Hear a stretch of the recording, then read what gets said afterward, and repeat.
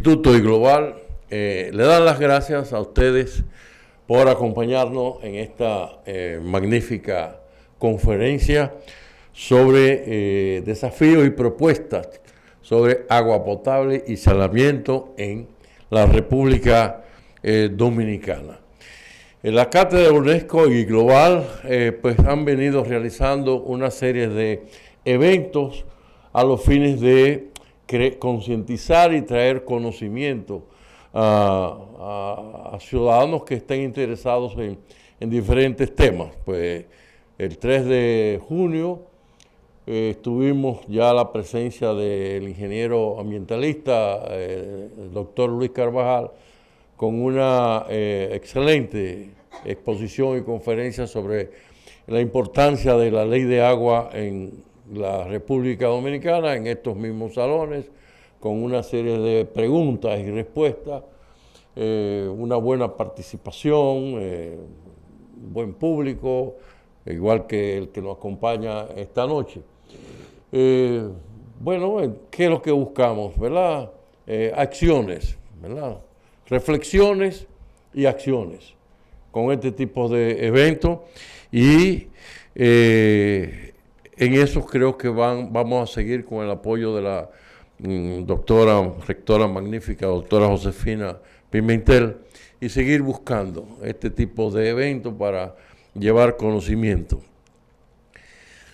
Bueno, entonces hoy nos toca la gran conferencia con el ingeniero Hanley Otañez. No voy a hablar de Hanley Otañez ahora, porque yo lo que estoy haciendo un poco de moderador y me toca una parte donde yo voy a hablar, no una conferencia, pero casi es una conferencia, hablar de los valores del ingeniero Hanley Otañez como técnico, como académico. Pero tenemos aquí, y nos honra con su presencia, la doctora Josefina Pimentel, rectora magnífica de iGlobal, Mesa, Agua, Género y Gobernanza. Quiero que le demos un fuerte aplauso para que nos dé unas orientadoras palabras.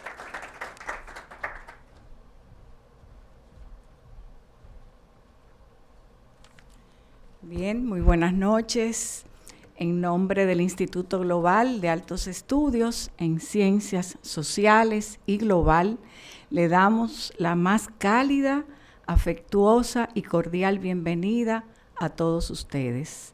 Agradecemos su presencia y sobre todo el interés que ustedes han demostrado asistiendo a esta interesante conferencia en un tema que tiene para nosotros como país y como región un alto valor estratégico, que es el tema agua. La Cátedra Agua, Género y Gobernanza fue fundada en el año 2014 por el ingeniero Fran Rodríguez, un líder visionario con un compromiso irrenunciable acerca de este tema, con una visión estratégica y con un entusiasmo desbordante. Durante todo este tiempo, más de una década, a través de esta cátedra, pues se han promovido conferencias, talleres, han habido importantes intercambios culturales, intercambios regionales, con un auspicio importante de la UNESCO, que auspicia esta cátedra, con publicaciones también con un alto contenido social y humano, sobre todo su última publicación antes de su ida a destiempo, acerca de la mujer en la gestión del agua en la República Dominicana. De manera que nosotros, honrando la memoria del ingeniero Fran Rodríguez, su trayectoria y, como digo, ese compromiso apasionado que él tenía con este tema y sobre todo con, de alguna manera, elevar la conciencia de nuestro país acerca de este bien indispensable para la vida y considerado también por los organismos internacionales como un derecho humano, pues el iGlobal ha querido seguir este trabajo, dedicándole un esfuerzo mayor en el sentido de congregar a distintos sectores vinculados al tema, al trabajo formativo, al trabajo investigativo, de divulgación y de capacitación relacionados con el tema agua y mujer. Por tanto, en el interés de renovar este compromiso, hemos venido desarrollando una serie de acciones con el interés de integrar un mayor número de especialistas, expertos, académicos, legisladores y ciudadanos sensibles y comprometidos con este tema al trabajo que hemos de desarrollar. De ahí que el pasado mes de mayo llevamos a cabo un importante taller donde se congregaron diferentes sectores vinculados al tema y pudimos reflexionar y profundizar en las líneas de trabajo que nuestra cátedra asumiría de cara al bienio 2025-2026. Ahí definimos las principales líneas estratégicas que orientarían el accionar de la cátedra. Definimos también acciones, yo diría, de gran relevancia en materia de formación y capacitación. Identificamos líneas de investigación que desde mi punto de vista son sumamente interesantes. Vinculamos también aspectos relacionados con la divulgación de esta temática y de la problemática que se cierne sobre ella en los actuales momentos, tanto en el país como en la región, y por tanto iniciamos una serie de actividades tendentes a seguir creando esta conciencia, ampliando nuestro compromiso y el trabajo, sobre todo, de crear conciencia, reitero, en materia de la importancia estratégica que tiene este tema vinculado a la gobernanza y vinculado también al tema mujer. Dentro de las reflexiones que hicimos, pues nos dimos cuenta que hay unas 18 instituciones públicas y privadas, pero dispersas, vinculadas al tema agua. Entonces, hay problemas de carácter institucional, hay problemas también vinculados al tema del saneamiento del agua, temas vinculados a la preservación de este bien tan importante y aspectos jurídicos también de gran relevancia, que en materia, yo diría, legislativa, se les debe poner atención. De ahí que justamente, como nos dice el ingeniero Socias, el mes pasado tuvimos el honor de recibir aquí al doctor Luis Carvajal, quien es un experto ambientalista, y con el coauspicio de la Asociación de Egresados de Países Socialistas, pues pudimos debatir la propuesta de ley que está depositada en el Congreso Nacional y analizar profundamente las implicaciones que tiene esa ley.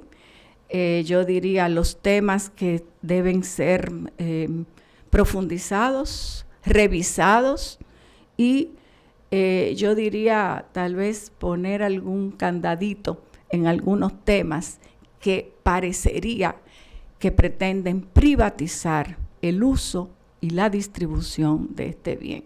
Por tanto, el Instituto Global agradece infinitamente a nuestros colaboradores en la cátedra, agradecemos la presencia de todos ustedes y de manera muy particular damos las gracias al ingeniero Hamlet Otañez, quien de una manera, yo diría, muy comprometida, desinteresada y aportando, ¿verdad?, a este proceso de divulgación y de concienciación de la importancia que tiene la vida, el agua para la vida y para, yo diría, el valor económico, social y humano que envuelve este bien, pues agradecemos profundamente, Hamlet, debido a tu experiencia, tu capacidad, la visión también que tienes sobre el tema, que nos acompañes en esta noche para seguir reflexionando y profundizando en este tema de tanta importancia. Con esto creemos que honramos nueva vez la memoria de ese insigne amigo, ingeniero Frank Rodríguez, y seguimos pues trabajando por la causa que él con tanto entusiasmo y compromiso pues llevó durante su ejecutoria como profesional, como político y como ambientalista. Así es que a todos ustedes reitero nuestras más sentidas gracias y sobre todo pues pedirles que nos acompañen en este esfuerzo. Me gustaría que en algún momento el estudiantado dominicano también sea parte de este proceso de creación de conciencia, de valoración de este bien que es al mismo tiempo un derecho y que pudiéramos también sumarlos a esta causa de proteger, preservar y hacer que este sea un bien inclusivo, equitativo, al servicio de todos y todas en nuestro país. Así es que gracias a todos y esperamos pues que se sientan como en su casa. Sean muy bienvenidos.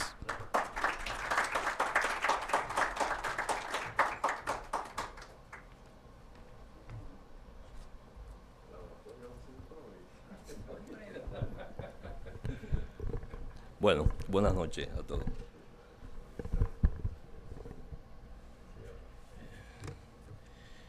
Yo debí ser el primero que debió hablar. Al final me excuso con usted, pero así son las cosas aquí en Santo Domingo. A mí me tocaba supuestamente la contextualización de la introducción de nuestro conferencista especial, Hanley Otañez. Y quiero que me dejen leer una cuanta párrafo aquí que puse así rápido. Y comienzo.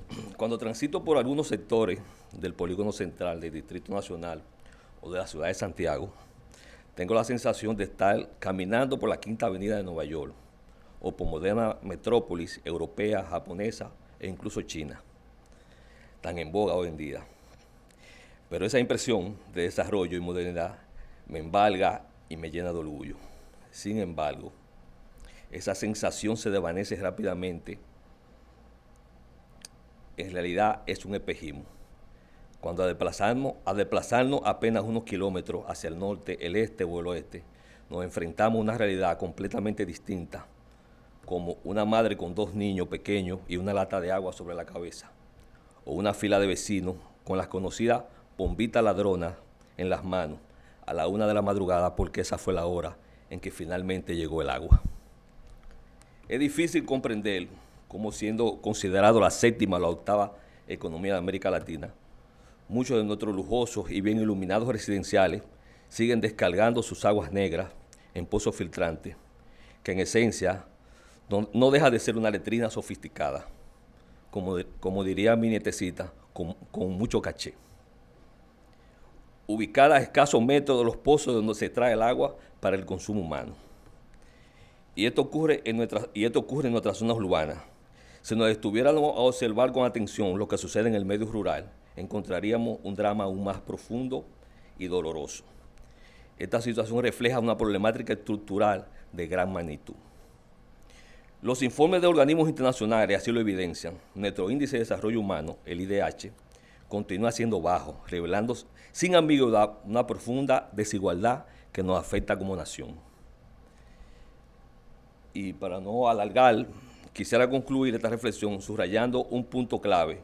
La solución a este problema no es individual, aunque esa visión aún tenga adeptos.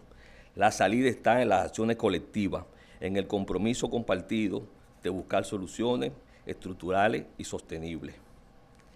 En el día de hoy contamos con la valiosa participación de nuestros panelistas, en especial el ingeniero Hanley Otañez, que nos ofrecerá un diagnóstico certero de los desafíos que enfrentamos, así como un recorrido por el laberinto histórico de nuestra realidad en cuanto al acceso al agua potable y saneamiento.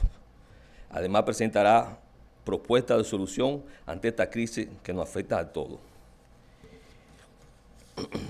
Y para presentar la semblanza de nuestro invitado especial, llamo a este podio al ingeniero Arturo Socía, miembro de la cátedra de UNESCO.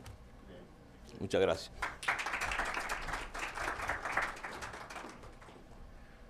Él es el ingeniero Martín Peña Grullón, ¿verdad? Porque nadie lo presentó. nosotros lo estamos presentando. Sí. Vamos ¿verdad? A hablar un poco de el historial del ingeniero Otañez, pero antes de empezar, quiero agradecer infinitamente, sí, no es bueno mencionarlo todo porque no tengo los nombres, ¿verdad? Pero la presencia de el ingeniero Mariano Germán, que yo le llamo mi profesor. Estamos trabajando juntos desde el 83, pero siempre ha sido mi profesor y mi orientador. ¿Ves? Lo propio al ingeniero Héctor Acosta, César Guerrero, bueno, que va a tener una parte importante, el ingeniero José Bolívar Ovalle, ¿verdad? Bueno, pues en realidad nos honran con su presencia. Aquí estamos como en casa, ¿verdad? En familia, pero especialmente a nosotros nos llena de orgullo y satisfacción hoy presentar a Hanley Otañez, porque él y yo nos conocimos en el año 91. Él trabajando con una empresa llamada Codifesa en Santiago, que fue de los primeros que instaló los tubos Pontamuzón en la Estrella Sadalá. Lo recuerdo ahora y nosotros trabajamos como supervisor y desde ese tiempo, bueno, pues tenemos una estrecha amistad y ver su recorrido de andar en una camioneta como ingeniero constructor, ¿verdad? Medio desarreglado, pues hoy lo vemos como un gran conferencista y un gran técnico. Me llena de orgullo. Bueno, entonces su nombre, ingeniero Hanley Otañez Tejada, tiene una formación superior, ingeniero civil de la Pucamaima en el 1993. Bueno, en el Instituto Politécnico del 95, formación técnica también en gestión de empresa de agua y saneamiento, dirección de proyectos, gestión comercial, gestión activos, adquisiciones. Bueno, Hanley Otañez ha trabajado como gerente de la empresa Servicios de Agua y Saneamiento, director de unidades ejecutoras de proyectos, consultor individual en fortalecimiento institucional y mejora de gestión en agua y saneamiento. Contract Manager, socio fundador de Docisa SRL, dedicada a proyectos de ingeniería y construcciones civiles. Ha participado como líder y consultor en proyectos de mejora, de fortalecimiento institucional y desarrollo de infraestructura en agua y saneamiento en la República Dominicana, Ecuador, Belice, Nicaragua, entre otros países. Él pidió que no lo pongan todo, O sea, por eso pusimos entre otros países. Financiado por organismos como el Banco Interamericano de Desarrollo, BID, la Agencia Española de Cooperación Internacional para el Desarrollo, AECID, Japan International Corporation, la JICA, entre otros, para no meterme en inglés. Como consultor individual ha trabajado en la evaluación y diseño de proyectos de mejora de gestión, elaboración de pliegos, formulación de indicadores contractuales y operativos para empresas de agua y saneamiento. Administración de contratos de gestión y de infraestructuras civiles e inmobiliarias en la República Dominicana, Surinam, Ecuador, Belice, Nicaragua, Panamá, también entre otros. Ha fungido como director general del acueducto en Santiago Corazán, director de la carrera de Ingeniería Civil en la IES, fue director de la carrera de Ingeniería Civil en la Universidad Pontificia Católica Madre y Maestra. Es coautor del libro Análisis Latinoamericano sobre conflictos y gestión de servicios urbanos de agua y saneamiento, editado por el Instituto Mexicano de Tecnología de Agua. Es miembro de la dirección central del Partido de la Liberación, del Partido Fuerza del Pueblo, presidente municipal en su ciudad natal y titular de la Secretaría de Agua Potable y Saneamiento. Dominicano, nacido en Santiago de los Caballeros, padre de 2 hijas, casado, el mayor de 3 hermanos, amante de la naturaleza, porque él tiene un programa que rututea por el monte, preocupado por los recursos hídricos y forestales, aficionado del senderismo y la fotografía. Así que con ustedes, nada más y nada menos, el ingeniero Hanley Otañez.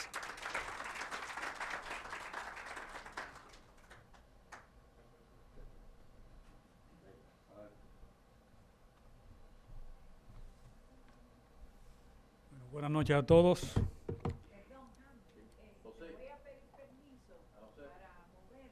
Ok. Muy bien.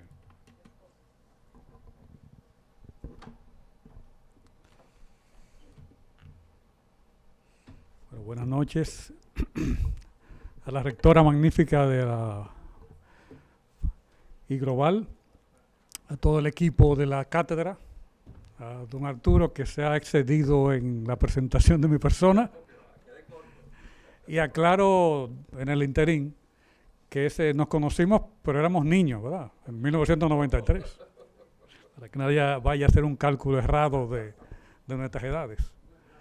A don Martín Peña y a todos ustedes, gracias por estar aquí esta noche y permitirme hablar de este tema que ya es mi vida, ¿verdad? Es la vida de muchos de los que estamos presentes aquí. Y comienzo diciendo que, sabiendo el público que estaría esta noche en este auditorio, no me voy a exceder no me voy a detener demasiado en cosas que todos sabemos, en diagnósticos que todos más o menos conocemos o que sufrimos o que observamos. Y para que me permitan avanzar rápido con eso en la presentación y digamos, sí detenernos más en lo que uno piensa después de toda esta experiencia, de todos estos años, de ver casos en muchos escenarios de prestación de servicios de agua y de saneamiento,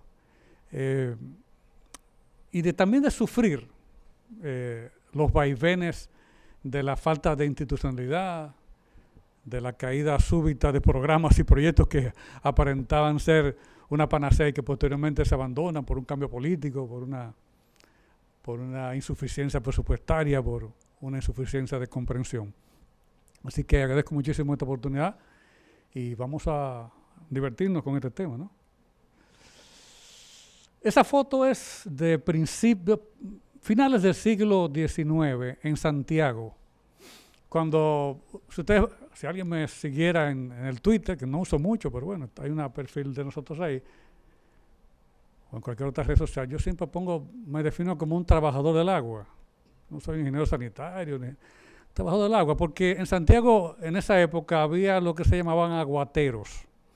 Eran hombres que iban al río Yaque a tomar agua en unos bidones, a cargarlos en una mula y llevarlos a las casas de los santiagueros de esa época. Y se parece mucho a la institucionalidad que tenemos hoy día, porque había dos grupos. Había un grupo de pueblo arriba, la zona de Nivaje, que sacaba agua de ahí, y había otro grupo de pueblo abajo, en el Paso de los Borbones, eso donde está hoy el ensanche Bermúdez, más o menos en Santiago. Eran como dos empresas prestadoras de servicio de agua en la ciudad que competían entre sí. Y muchas veces la forma de diluir esos conflictos era a guayabazo, ¿verdad? A golpes de puño, en lo que era el modelo de gestión de la prestación del servicio en la ciudad de Santiago. Yo fui, como ha dicho Arturo, mucho tiempo director de la empresa de agua de Santiago, de la Corporación de Agua de Santiago, y de alguna manera siempre me he sentido un heredero de los aguateros del siglo XIX en nuestra ciudad, porque el primer acueducto de Santiago se inició en 1918 por ahí, y hasta ese momento ese era el sistema que prevalecía. Me han dado un micrófono por aquí, con el cual supongo que me voy a sentir más libre. Ya. Ok. Y eso me va a permitir moverme un poco. Estas cosas. Bueno, empecemos un poco por la perspectiva del usuario, es decir, cómo ve el usuario nuestro o cómo lo recibe, cómo se asocia con la prestación de servicios de agua. Una familia dominicana, ¿no? La familia dominicana no es esa del polígono central, la típica familia dominicana es esta que vemos en la foto de un fotógrafo español, Pablo Tosco, que la publicó en el periódico El País, para darle crédito a quien lo tiene. Primero, servicio discontinuo. República Dominicana ha alcanzado niveles altos de cobertura, de conexión de agua potable, porque hay muchas redes, se han construido muchísimas redes, nos gusta mucho construir. Me perdonan los ingenieros, los colegas, siempre digo, es como una ingeniería salvaje, ¿no? Que entiende que la solución a los problemas siempre es un contrato de obra pública. Y el agua no es, digamos, el servicio de agua, no sé, un indicador no es la construcción. Las empresas, y lo empiezo diciendo desde el principio, las empresas prestadoras de servicios no son ministerios de obras públicas del agua. Construir un sistema es un medio, no un fin. No importa cuánto usted invierta. El otro día estaba el presidente de la República de Santiago y dijo, bueno, hemos invertido 4.000 millones. Y la pregunta es, ¿cuál es el impacto de esa inversión? El impacto es este, que el 66% de los dominicanos en el área urbana recibe agua 4 días o menos a la semana. Y eso es gravísimo, ¿no? Me fui muy adelante.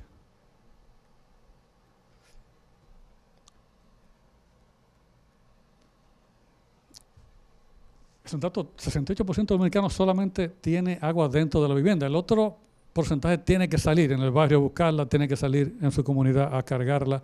Y especialmente las mujeres o los niños son los que cargan el agua, ¿no? Porque el hombre está muchas veces fuera de la casa.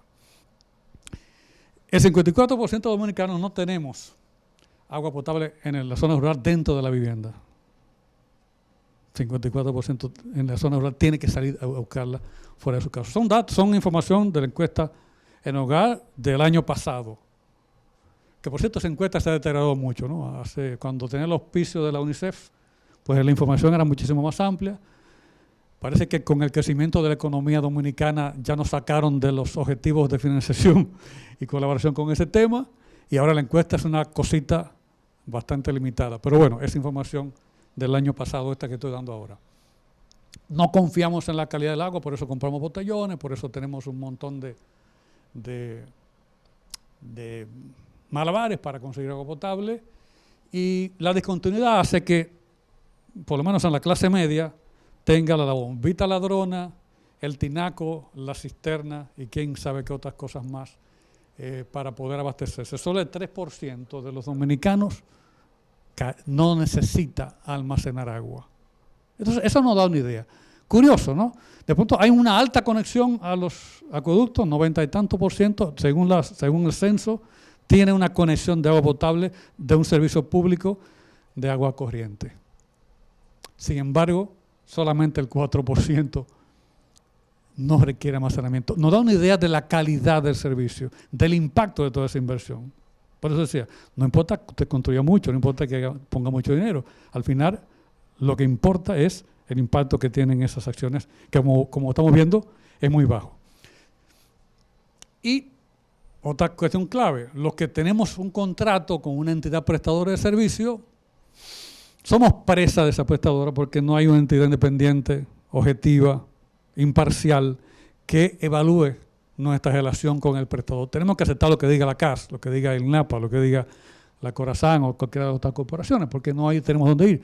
Podemos ir a donde Proconsumidor tal vez, pero no nos entiende porque no es una entidad especializada en el tema y por lo tanto pues, tenemos la de perder como usuarios. Ese es el escenario del usuario dominicano del agua potable, al menos.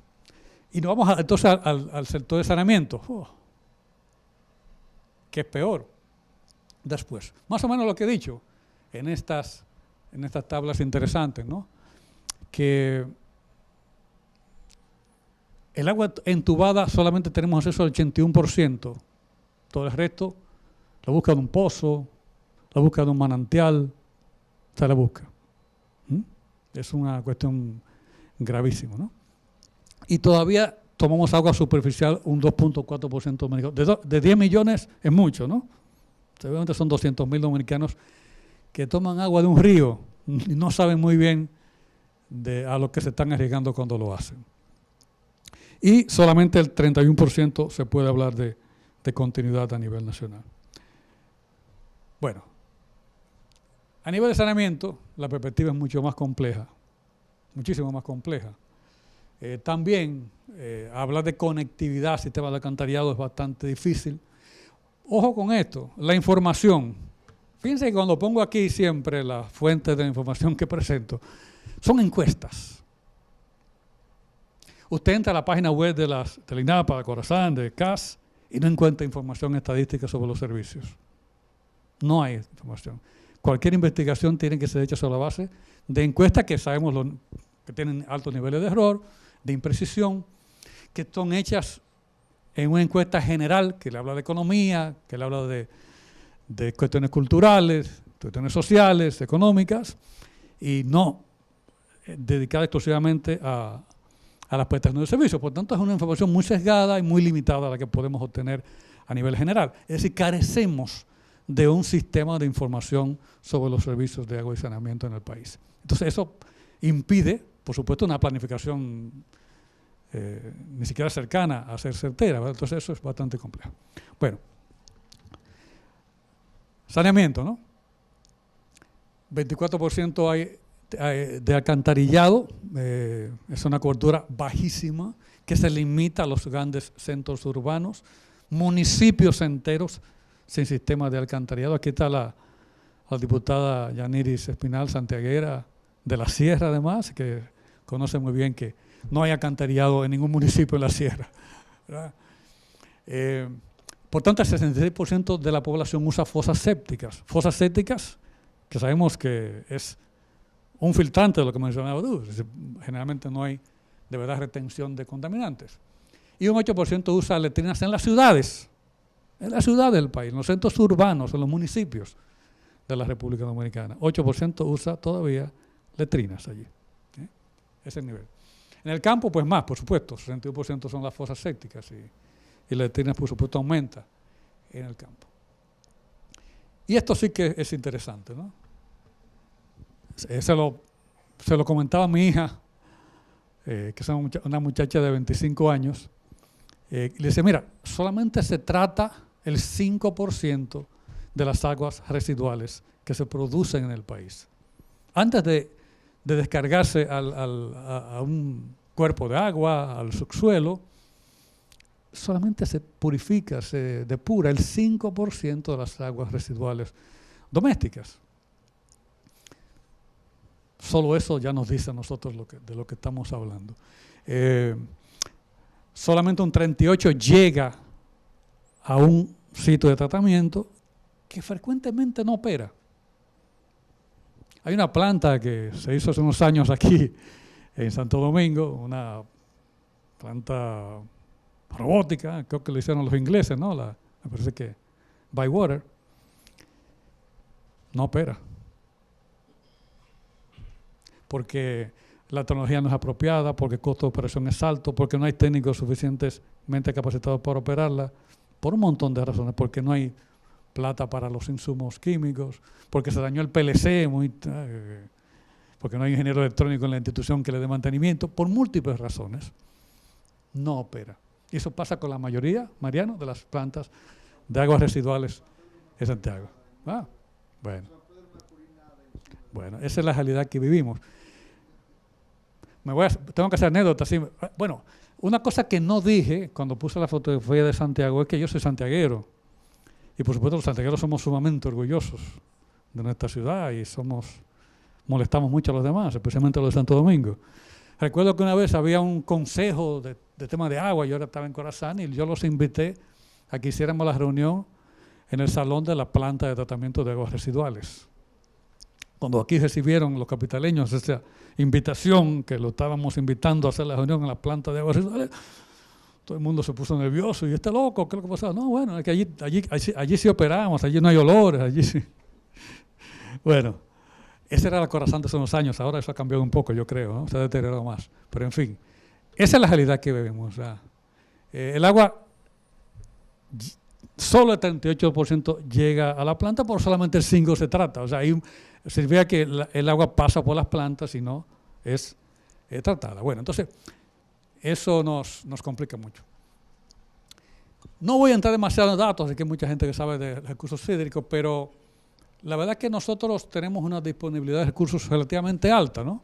Con respecto a países de la región, al umbral de seguridad que establece los organismos internacionales. Si tenemos agua, ¿cómo lo usamos? Es el problema, ¿no? Hay 13 provincias con niveles de vulnerabilidad alta. Para sorpresa de la mayoría que estudia estos datos, se da cuenta uno de que el estrés hídrico, por ejemplo, en la cuenca del río Yaque del Norte, es 90 y tanto %. Y sin embargo, el estrés hídrico en la cuenca del Yaque del Sur es menor, 70 y tantos. Y parece aquella zona sur más seca y la zona del Cibao más húmeda. Sin embargo, los compromisos del agua en la cuenca del Dique del Norte son altísimos por las pérdidas gigantescas que tenemos en nuestra gestión. Esto, el 60% para el sector agropecuario, canales de riego a cielo abierto, una parte de ellos sin cobertura y por tanto con una infiltración continua hacia los suelos, sistemas de riego altamente ineficaces, el 80% se pierde. 35% para el sector ecológico, cosa que generalmente no se cumple porque se privilegia la generación eléctrica, por supuesto, se pone en privilegio el agua potable y termina siendo distinto esto. Y 6-10% del sector agua potable y saneamiento, del cual ya veremos en un rato las grandes pérdidas que tiene. Entonces, ese estrés hídrico es por mala gestión, más que por falta del recurso. Eso es. Cuando nos prometen, como nos prometen en la presa de las placetas, ¿no?, que todo va a ser muy bonito, que la gestión va a ser igual, que vamos a tener caudal ecológico, sabemos que la experiencia nos ha dicho que es mentira, que no va a suceder, que una cosa es la concepción del proyecto y otra cosa es la operación, el mantenimiento, la ejecución. El día a día, que es lo que nos problema. Y la producción de agua potable anda entre los 45 y los 67 metros cúbicos por segundo, al menos nominalmente, ¿no? Porque, bueno, te dicen que esta planta trata 1 metro cúbico por segundo, pero no hay medición, no hay macromedición, no. Y por tanto, se dan datos sobre la base de la capacidad nominal y más o menos al ojo se da. Aquí está Eric Puello, que sabe mucho de eso. Y bueno, más o menos 20% de esto se convierte en agua residual, que como sabemos solamente el 5% se trata, o sea que hay una cantidad muy grande, más de 7 metros cúbicos por segundo, de aguas residuales que van al ambiente sin tratar en la República Dominicana. Esa es más o menos la situación de sostenibilidad frente al cambio climático que estamos ofertando esta generación de dominicanos en desmedro de las generaciones futuras. Eso es. Bueno, vamos un poco a hablar del sector en concreto. Aquello era un poco un marco general del agua, muy rápido, porque aquí hay mucha gente que sabe más que yo de eso. Y hablemos un poco de esto. ¿Cómo se gasta la plata del sector? Según la Dirección de Presupuesto en los últimos años. El gasto fundamental es recursos humanos. Ojo, si usted va a Bogotá hoy día y pregunta a la empresa de servicios de agua potable en Bogotá cuál es su indicador de empleados por conexiones, le van a decir que anda alrededor de 4 por cada 1000 contratos de agua. 4 empleados por cada 1000. Si usted va a Corazán y hace la misma pregunta, le van a decir que hay 16 empleados por cada 1000 conexiones. 4 veces lo que hay en Bogotá. Creo que hay alguien de España aquí, las empresas españolas andarán por 1.5. Por supuesto la tecnología, ¿no?, la institucionalidad hablará mucho, pero el 56% de las transferencias corrientes que hace el Ejecutivo, el Gobierno Central a estas instituciones se gasta en personal. 26% en energía eléctrica, que es además subsidiada por el presupuesto a través de transferencias corrientes. Por tanto, es un desincentivo a la eficiencia energética total. Y 18% en otros costos. No necesariamente en operación y mantenimiento. Tiene que ver mucho con publicidad, gastos generales, reparar carros, no sé qué cosa. Y cuando usted viene a ver, esa en operación y mantenimiento no supera el 8-9%. Es decir, cuando pasamos por un sitio y vemos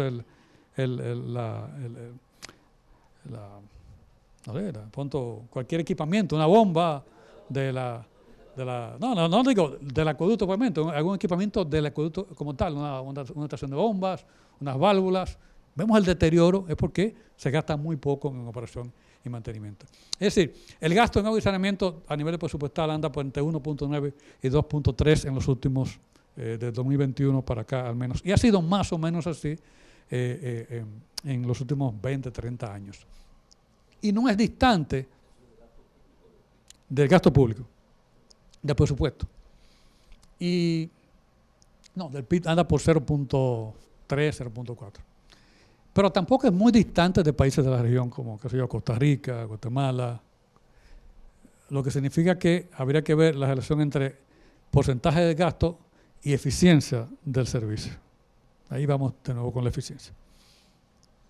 Y bueno, el cobro de los servicios representa menos del 50% del gasto de las instituciones. Ahí va más o menos todas las instituciones, CAS, Corazán, INAPA. Lo de INAPA es dramático, ¿no? Es dramático, porque por la venta de servicios anda menos del 30% de sus gastos. Es una cosa brutalmente ineficiente, ¿no? La que más andan mejor, pues andan por los 50% o algo por el estilo. En el caso de Corazán anda por 72% y Coravega son las quizás de mejor desempeño. Esa es la realidad.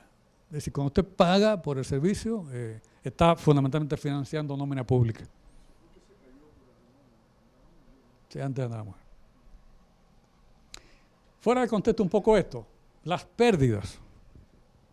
Un benchmarking ahí rapidito de lo que significa pérdidas que aclaro un poco el concepto de agua no contabilizada para que no están tan asociados al sector, pero agua no contabilizada es toda aquella que usted produce y no se refleja en una facturación de consumo.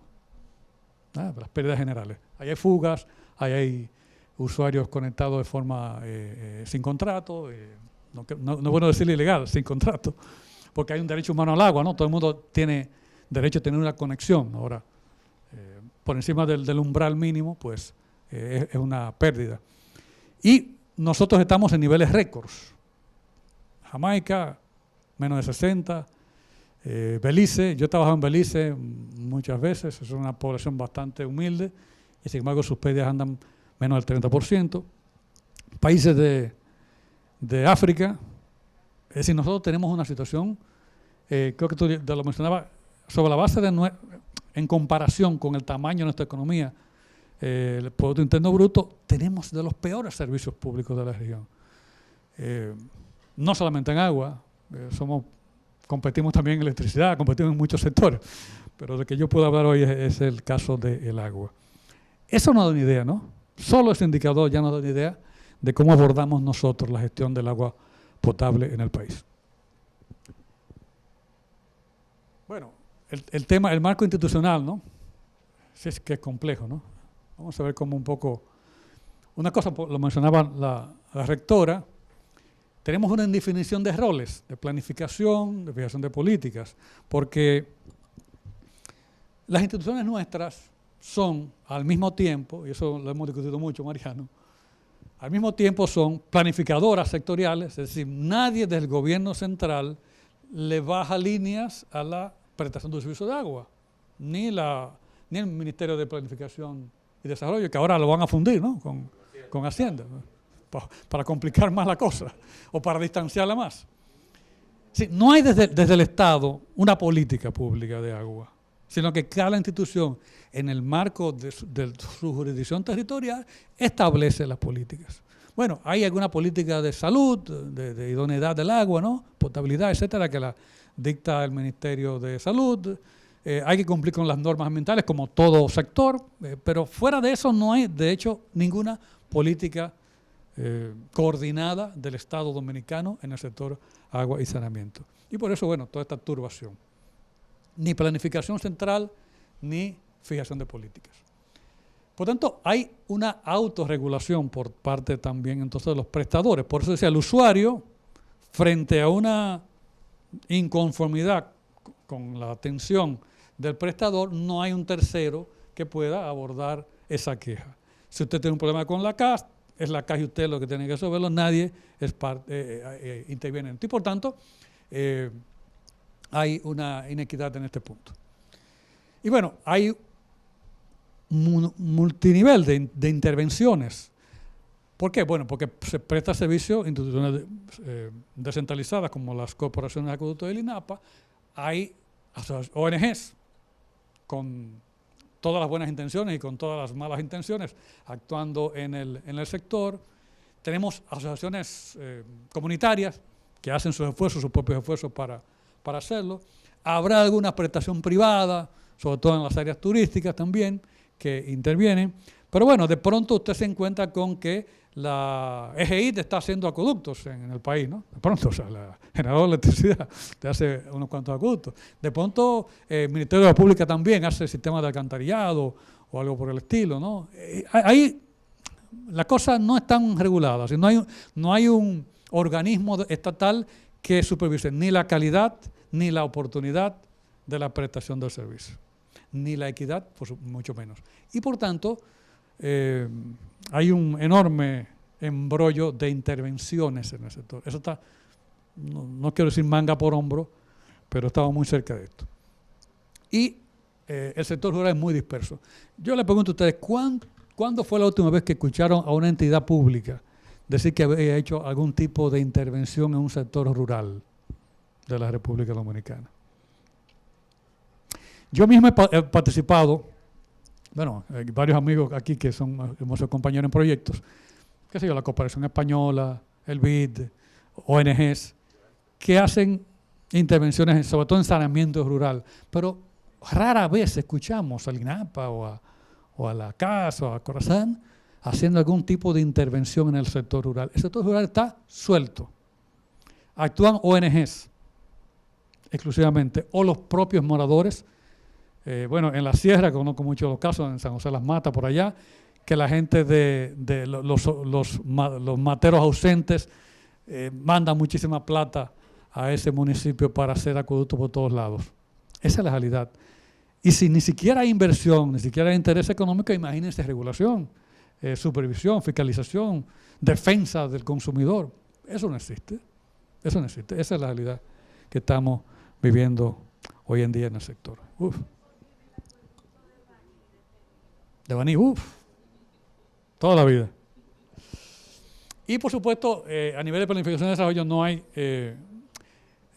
yo siempre digo que las inversiones en el sector tienen mucho que ver con la relación personal que hay entre el presidente de la República y el director de la entidad. Si usted se lleva bien con el presidente, si él lo quiere, pues tendrá plata, ¿no? Y el tipo de presupuesto le pondrá en el dinero del presupuesto. Si no, pues se va a quedar sin dinero. Esa es la verdad. No hay un esquema claro. Y por tanto, eso es un desincentivo a la eficiencia, por supuesto. No financian la eficiencia, financian las cuestiones políticas. Bueno, ya hablé de la información limitada. Por supuesto, no hay mecanismos, imagínense, no hay indicadores. Hay esfuerzos, por supuesto, a veces creo que hay un programa que lo auspicia el Banco Mundial intentando justamente lograr, hay un programa en ese sentido de generar indicadores sectoriales para generar seguimiento, pero nada continuo, nada sistemático. El saneamiento es muy difícil la información, no se da, es muy compleja. Sí, auxilio, ¿no? ¿Y cuántos usuarios tienen los acueductos? Es una información totalmente inusual. Es algo extraño. Uno va a cualquier país y hay un catastro de los usuarios disponibles en línea, público, que sirve para conectarlo con otros servicios, ¿no? Con los servicios prediales del municipio, con el correo, con la electricidad. Hay mecanismos de coordinación entre toda esta información, pero en el caso de agua y saneamiento en República Dominicana, nadie sabe dónde se prestan los servicios, dónde está ubicado. Hay algunos catastros, en Corazán hay algún avance, con el Corabé hay algo de se ha trabajado en esto, en la CAS, pero en general no tenemos una base de datos del sectorial que nos permita establecer a quiénes, dónde, en qué cantidad, con qué nivel de facturación, qué modelo de prestación se presta en cada lugar. No existe esa información y por tanto la planificación es muy difícil, ¿verdad? Y lo más grave, esto no escapa a las escuelas, esto no escapa a los centros de salud. Mañana hay una charla aquí sobre atención primaria de salud, ¿verdad? ¿Cuántos municipios, distritos municipales, quisiéramos que tuvieran todos un centro de atención primaria? Pero la pregunta es, ¿agua y saneamiento en esos hospitales? Una escuela sin agua. Imaginen lo que es una escuela sin agua. Tanta extendida, ¿no? Que los muchachos estén más tiempo recibiendo docencia, sin agua y sin saneamiento, sin lavarse las manos. ¡Pum! Terrible, ¿no? Es terrible esto de que estamos hablando. Esa es la realidad de ese usuario. Bueno, entonces es claro que tenemos un marco de desafíos importantes. Sostenibilidad financiera, ambiental, social, de políticas y normativas, por supuesto, de calidad de los servicios, de equidad, esas brechas rural-urbano, esas brechas sur, esas brechas este-oeste, ¿no? La frontera, todo el suroeste, el noroeste, es gravísima porque por razones de tiempo no presenté un esquema porque bueno, hablaba del porcentaje de agua en la vivienda, pero eso no es uniforme en el país, ¿no? En la zona, varía mucho por zona, ¿no? Ahora hay una gran repoblación del este del país y esa repoblación no ha marchado en la misma sintonía que los servicios de agua y saneamiento. Entonces es un problema importante, pero bueno. Y de marco legal y regulatorio, por supuesto que aunque yo tengo ahí como trabajador del agua mis dudas sobre si tenemos que esperar una reforma legal para mejorar los servicios. Vamos a hablar un poquito más de eso. Porque todo el mundo te dice, bueno, no podemos cruzarnos de brazos y esperar que haya una ley. Y como todos sabemos, las leyes no importan tanto en este país, ¿eh?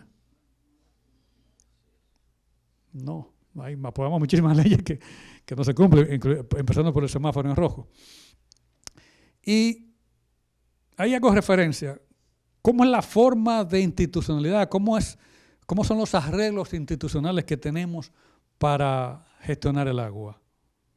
¿Ustedes se acuerdan de los guayabazos que se daban los aguateros de Santiago? Todavía seguimos un poco así, ¿eh? Todavía seguimos un poco así. Así que vamos a hablar un poco de estas ideas y de políticas, de gestión, etcétera, dentro de este marco complejo que tenemos en el sector. Vamos a ver. Ahí voy a parafrasear a mi maestro Marcos Rodríguez, ¿no? Que escribió un artículo una vez que decía CAS, escenario deseable, probable y posible. Yo voy a formular 3 ideas centrales ahí que quizás sean deseables. Ahora, no estoy tan seguro de si son probables, si serán posibles. Depende no de mí, de mi visión, ¿verdad? Depende de los consensos, de la política. Y por tanto no me atrevo a definirlas como probables y posibles, pero sí deseables, ¿no? Así que vamos a parafraseando a Marcos, seguir con esto. Primero, ampliar la cobertura de servicios de calidad. No necesariamente ampliar la infraestructura. Es los servicios lo que hay que ampliar con calidad, ¿no? Esa es la idea que tenemos. O sea, no es hacer la obra pública, el contrato de obra pública. Es lograr los impactos en el servicio que necesitamos, de continuidad del servicio, de calidad y de confianza del usuario. Esa es la clave. Y priorizando, por supuesto, los sectores más vulnerables, ¿no? De bajos ingresos y rurales. La otra, un modelo de gestión sostenible, financiero primero. No podemos seguir pensando que con el cobro por servicio solamente cubre el 40% del gasto corriente o de operación y mantenimiento de las instituciones. Toda la operación y mantenimiento de una empresa debería ser cubierta por los gastos, por los ingresos propios. Bueno, ya la inversión, ya la recuperación de capital en un país del tercer mundo es un poco soñarlo, pero operar y mantener debe ser cubierto. Y que ambiental y social, la equidad, el tema de la participación de la mujer, es un sector de hombres, ¿no? No vemos plomeras, no vemos muchas ingenieras sanitarias, es un sector muy masculino, del lado de la prestación de servicios. Y del lado del cliente, pues son las mujeres las que se fajan con el agua. Es un servicio de hombres para mujeres. Los hombres lo producen mal y las mujeres lo sufren. Es la verdad. Es la verdad. Y por supuesto con equidad rural, urbana y considerando los impactos que tenemos por el cambio climático. Y por supueto, lo pongo de último, pues un marco legal e institucional que fortalezca todos estos temas de planificación, de regulación, de garantizar el acceso humano. Y en esto no es solamente que no le corten el agua a la gente, como mucha gente interpreta el derecho humano al agua. No, es que haya mecanismos efectivos, como aquello del cupo básico mínimo. Tenemos que garantizar eso. Hay modelos. Hay uno, por ejemplo, que se ha hecho en zonas del Perú, donde hay limitaciones de recursos muy grandes. ¿Qué han hecho? Dicen, bueno, pero ¿cuál es el cupo básico? 1 metro cúbico al día. Pues vamos a ponerle un tinaco de 1 metro cúbico a la población para garantizarle que ese metro cúbico esté disponible para su vida cotidiana. ¿Por qué no? Hay unos medidores también que operan electrónicamente y algunos con operación mecánica que permite pues, un caudal un cupo básico mínimo para ese hogar. Entonces ahí garantizamos el derecho al agua. Ese cupo básico mínimo lo está cargando un niño en San Juan de la Maguana hoy día. ¿Sabes? Esa es la realidad que tenemos. O sea, con un Estado o unas entidades prestadoras, o en conjunto los dos, que se ocupen de la gestión rural del agua, que no dejen solo a la comunidad ese tema, sobre todo a nivel de calidad del servicio, que es lo más dramático que tenemos. Hay muchos impactos, muchos indicadores de salud, de enfermedades de origen, como que el agua como vector, diarrea, etcétera, que lo tiene salud pública y que con mejorar los servicios de agua, la calidad, la potabilidad, eso tiene impacto. No como ahora se hace. Aquí se vigila solo el cloro y mal, ¿verdad, Gregorio? Solo el cloro y mal se vigila. Entonces, no es suficiente, hay que dar un paso más. ¿Ah? Vamos. Bueno, dentro de las cosas, ¿va? De levantar la prioridad de este tema en la agenda pública. Porque todos nos acostumbramos un poco a que, bueno, la gente resuelve su problema con la bombita ladrona, con el tinaco, y ya está resuelto, ¿no? No se habla de este tema, no está en la agenda pública. Entonces hay que levantar un poco en la agenda, en el debate de todos los días, esta cuestión del agua, porque la verdad es que es una vergüenza lo que ha dicho Peña hoy día, ¿no? Otra, aprobar todas las leyes pendientes, ¿no? La general de agua, que la discutieron un día pasado aquí, y la de agua potable y saneamiento. Ve la Junta, no importa, no son excluyentes. Que contenga, por supuesto, los mecanismos de regulación que le hemos hablado y de fiscalización que se necesitan. Constituir esa entidad rectora, ¿no? Pero independiente, independiente de gobiernos de turno, independiente con un presupuesto especializado, con tasas desde la tarifa, para poder darle una fortaleza que el director, amigo del presidente, no esté por encima del regulador, ¿no? Bueno. Por supuesto, gradualidad, inteligencia institucional en la implementación de estas reformas para que sean exitosas, ¿no? Con mucha especificidad en lo rural. El campo está abandonado y eso duele mucho. Fortalecer los prestadores, ahorita vamos a hablar un poquito más en detalle de estas cosas, porque también necesitamos entidades más profesionalizadas, con más normas, con menos volatilidad del personal, ¿no? Es dramático esto. Coordinar con la inclusión de nuevos actores, incluyendo el sector privado, ¿eh?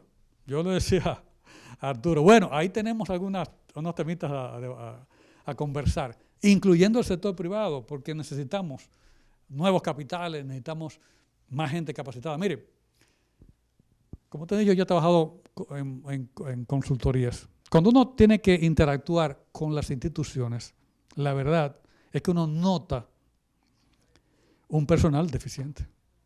La interlocución, reunirse con un equipo técnico de las instituciones prestadoras, muchas veces da pena, la verdad. Uno siente un poco de vergüencita como dominicano. ¿Por qué? Pero no es que, bueno, ¿cómo viviría uno con el salario, sí, lo votan, cada cuatro años lo cantan. Pero además no es atractivo trabajar en ese nivel de incertidumbre y con esos bajos salarios. ¿Cierto? Entonces, ¿cómo vive uno con un sueldo de INAPA? Entonces es un tema muy grave, ¿verdad? Bueno, y una entidad reguladora como una entidad a nivel también, bueno, un poco confundo, una entidad rectora, ¿no? Que planifique los temas sectoriales, que la política pública de agua y saneamiento, de la cual tenga que todas las entidades que acercarse, que el usuario tenga un marco también de reclamo sobre unas políticas claras del Estado dominicano. En fin, necesitamos ese marco, que ya existe, es algo, desgraciadamente ya hay incluso mejores prácticas en Chile, en Colombia, en México. Ya ha habido avances institucionales de décadas y nosotros estamos discutiendo de temas de los años 90. Y a veces yo me molesto, a veces yo incluso hubo un tiempo que juré no hablar más de esto, ¿no? En este país. Porque cuando hablamos ¿cuál es la oposición a la reforma? ¿Quién es que se opone a que haya una entidad rectora?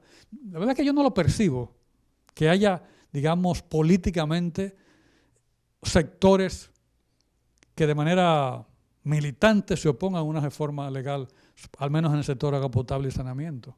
Yo no creo que nadie se opone a que haya una entidad de rectoría en el Estado, ni de regulación. Nos perdemos en debates, en detalles. Bueno, no, que ese párrafo de esa ley puede ser utilizado para que privados hagan la gestión. Bueno, quitemos esos como hicieron ahora con el Código Penal, ¿no? No queramos la ley perfecta. No queramos la ley perfecta. Bueno, yo no soy legislador, no soy abogado, no soy jurisconsulto, no soy un experto legislativo, pero sí me preocupan centralmente la cuestión de que carezcamos de un instrumento legal que ya es práctica común en la mayoría de países de América Latina. Vamos. A nivel de fortalecimiento institucional, entonces, voy a ir más rápido porque creo que hablamos en media hora y me estoy llevando muy lejos la cosa.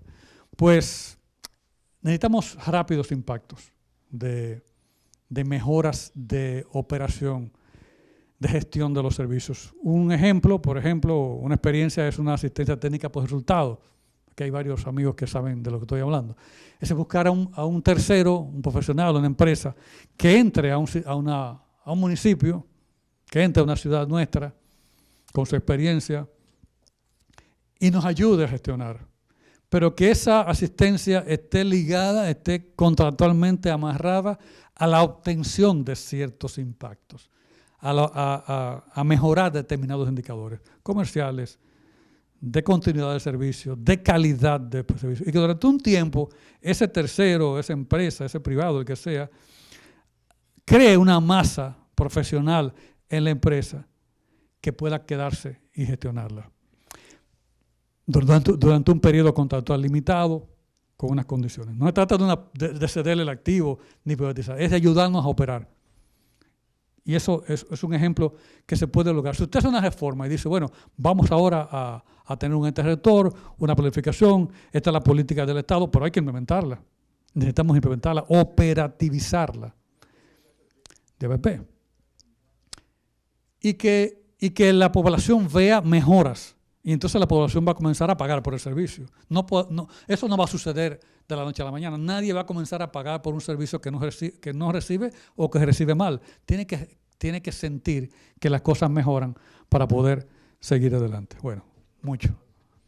Indicadores de planificación, como es lógico, para tener una planificación informada, indicadores. Sistemas de monitoreo. Nosotros no medimos la producción, no medimos el consumo, ni en agua ni alcantarillado. Entonces tenemos que invertir en esos temas y capacitar. A veces nos enorgullecemos mucho. Construimos una gran planta de tratamiento. ¿Quién lo opera? ¿Está incapacitado el personal para operarla? Usted va a Barahona, a Suro, al famoso acueducto de la línea noroeste, ¿no? Barahona. Sí, pero no está en Barahona, está en otro pueblecito. ¿Cómo se llama, Gregorio? ¿Te acuerdas? ¿Dónde es que está? No, pero ese no es en Neiva. De donde es Sisa para allá, esa zona. Bueno, yo fui a esa planta, siendo director de Corazán, de la segunda ciudad del país. Entonces voy a Barahona, me invitaron a la inauguración. Cuando yo vi aquello me quedé impresionado. Era un robot, PLC, no sé qué, bueno, Mariano la conoce. Y la pregunta de inmediato que me hice fue, ¿y quién va a operar esto? Fui unos cuantos años después, ninguno de los sistemas de operación automática funcionaba, ninguno de los sistemas de monitoreo, de captación de información, de tratamiento funcionaba. Entonces, ¿para qué hicimos una cosa tan grande? Entonces, cosas apropiadas, ¿verdad? Instrucciones apropiadas, ¿no? Bueno, rescatar los operadores. Eso que vimos de INAPA, que el 76% de su gasto tiene que ser financiado con transferencia corriente, es fruto de que en todos esos municipios no hay gestión comercial. Yo los invito, vayan a cualquier pueblo y vayan a una oficina de INAPA y háganse pasar por ser un miembro de esa comunidad y pidan sacar un contrato. Y después ustedes me cuentan cómo les va. Para que ustedes vean lo que es el servicio al cliente, lo que es es gravísimo. Y para el ámbito rural, por supuesto, estrategias específicas. De eso se trata. Y ahí, bueno, no me voy a detener mucho porque creo que me excedí en ideas aquí con esto, pero mejorar el desempeño, ¿no? Con cosas como gestionar mejor las redes, reducción de pérdidas, macro y micro medición. Señores, en el año 2012, Santiago tenía entre un 59 y un 61% de usuarios medidos, con medidores. Eso bajó a 30%. Porque no se ha vuelto a poner un medidor en Santiago desde el año 2012. Entonces, la gente grita. Yo siempre digo, pero hay agua. Se produce suficiente agua. ¿Dónde está? Bueno, es que la gente, en vez de consumir 20 metros cúbicos por segundo, porque su facturación está ligada a un medidor, consume 100.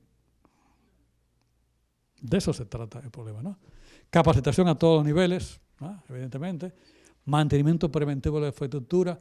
Cuando yo era muchacho, que conocía a Arturo, fui a estudiar a un pueblecito, a una pequeña ciudad de Massachusetts que se llama Worcester. Íbamos a hacer prácticas de a sistemas de acueducto y usted encontraba una bomba que los operadores me decían que la habían instalado en 1948. Tenía 50 años esa bomba ahí funcionando. Pero hay un tipo que le da mantenimiento a los sistemas, ¿no? Y entonces tiene todas esas cosas. De eso se trata. La gestión comercial y atención al cliente, porque esa es la materia fundamental de la prestación de servicios. No es construir el acueducto, es atender a los clientes con servicios de calidad oportuno, con precios justos, con información adecuada. De eso se trata. Esa es la clave del servicio. No es el desarrollo de una infraestructura, no es hacer el contrato de obra pública, es clientes satisfechos y que pagan a tiempo su facturación. Si usted no logra eso, no está cumpliendo con su misión institucional, ¿no? Estudios tarifarios en todos los sistemas del país. Sí, yo me pregunto, aquí en el Polígono Central, y ahora yo antes de venir, cuando llegué aquí, salí a caminar un poco, ¿no? Venía manejando Santiago y salí a caminar un poco por el barrio. Aquí son casas lujosas y torres muy lindas. Esa gente puede pagar el costo del agua. ¿Por qué subsidiamos los jacuzzi de estos edificios muy lindos que hay por aquí? No hay que subsidiarlos, tienen que pagar la tarifa. A lo que tenemos que ayudar es a los del campo, que los dejamos solos y ellos mismos hacen sus tuberías, hacen sus obras de toma con manantiales en la loma. A esos de allá sí que lo tenemos que ayudar. Al del barrio marginado de Herrera, por allá arriba, a eso lo tenemos que subsidiar y ayudar. Pero a estos no, a estos que paguen. Pongamos el medidor, pongamos una buena empresa que lea esos medidores, los fiscalice y le gestione cada gota de agua. De eso se trata, ¿no? Entonces tenemos que poner tarifas adecuadas. Donde hay bombeo que se genera electricidad, paga igual que aquel que le viene por gravedad desde una obra de toma superficial. Precios reales. El tema del consumo energético es que mientras las instituciones se le transfiera con gasto corriente del presupuesto nacional el pago de su factura eléctrica, pues ¿qué importa lo que gasten? Nunca van a querer ahorrar energía porque no la pagan. Al final, ¿qué es lo que pasa? Nos llega el agua barata, sí, pero la pagamos con nuestros impuestos, subsidiando la energía. No hay nada gratis, la verdad, ¿eh? O sea, eso lo sabemos. Y perdónenme, no es un discurso ultraliberal, es un tema fundamentalmente de economía circular, ¿no?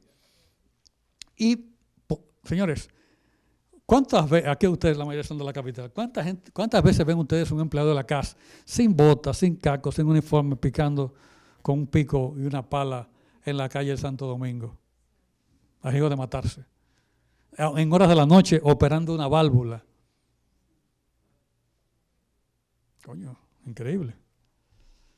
Y planificación, ¿verdad? Alineados con el marco, alineados en la institución, alineados con la política nacional. Bueno, necesitamos innovación financiera. Hay muchas cosas que se están haciendo. Hay prestadores de servicios públicos que envasan agua. A la gente le gusta andar con su botella, ¿no? Todos queremos andar con una botella de agua. Es hasta de moda. Hay unos termos ahora muy famosos, ¿no? Mis hijas andan con esos termos para arriba y para abajo, ¿no? De estatus, ¿no? Bueno, pues perfecto. Vamos a vender el agua entonces desde las prestadoras.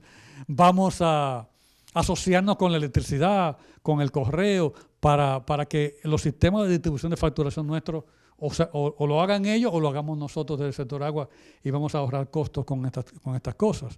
Es decir, hay que hacer cosas diferentes con el sector agua para poder financiarlo y ser competitivo, ¿no? Ya hablé un poco de eso, ¿no? Tecnología de la información. Todavía, donde hay medidores, que es muy pocos sitios, pues van a leerlo ahí, un tipo con un papel y un mapa y un plano en papel y una libreta, ¿no? Usted se va a Quito, en Ecuador, y hay un tipo que pasa en una camioneta por el barrio y los lee automáticamente con unos sensores y demás, todos los medidores de la zona. Tiempo, dinero, efectividad, etcétera, etcétera.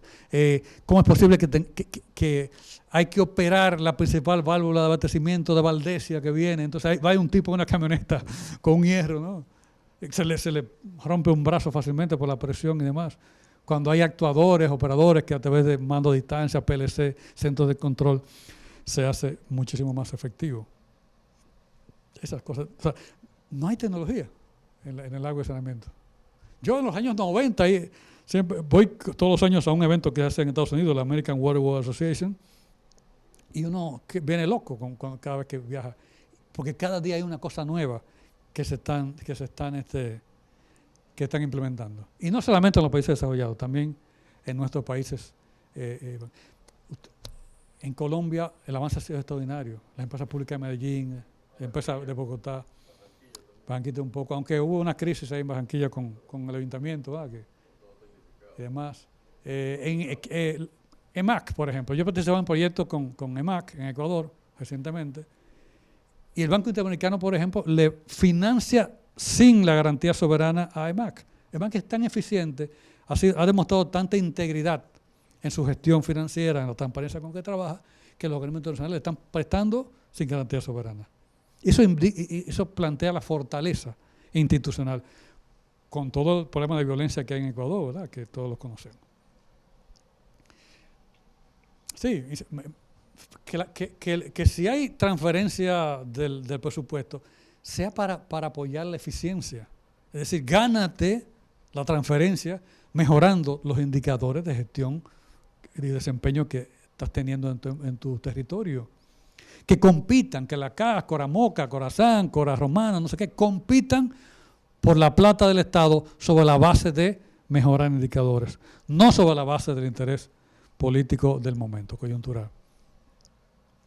Bueno, sí, fortalecer este tema de que las ONG, las OCAR, hay que apoyar primero, porque tampoco el Estado puede decir, bueno, ustedes no tienen regulación, no pueden existir. No, la realidad es que la ruralidad dominicana, la prestación de agua y saneamiento, está en manos de terceros, ONGs, OCAR, gente hasta privada, y muchos son eficientes, mucho más eficientes en muchos casos. Entonces es apoyarlos, es averiguar qué están haciendo, aprender incluso de ellos. Un ejemplo, Eric, Gregorio y yo lo sabemos, participamos en un proyecto juntos de saneamiento rural, ¿no? San Juan de la Maguana, Elías Piña, por allá, San Pedro de Macorís, en algunos casos. Un genio se le ocurrió poner unas letrinas de un material de fibra de vidrio en San Juan, en Elías Piña, con ese sol, ya usted sabe. Comenzaron a colocar todas esas letrinas. Cuando uno iba entonces a ver el proyecto, ¿qué pasaba? La gente tenía gallos ahí, habían formado gallineros con la letrina. No la usaban porque ese material no se adaptaba a su cultura. Los trajeron no sé de dónde, creo que del Perú o de Guatemala, por allá, no sé. No eran adaptados.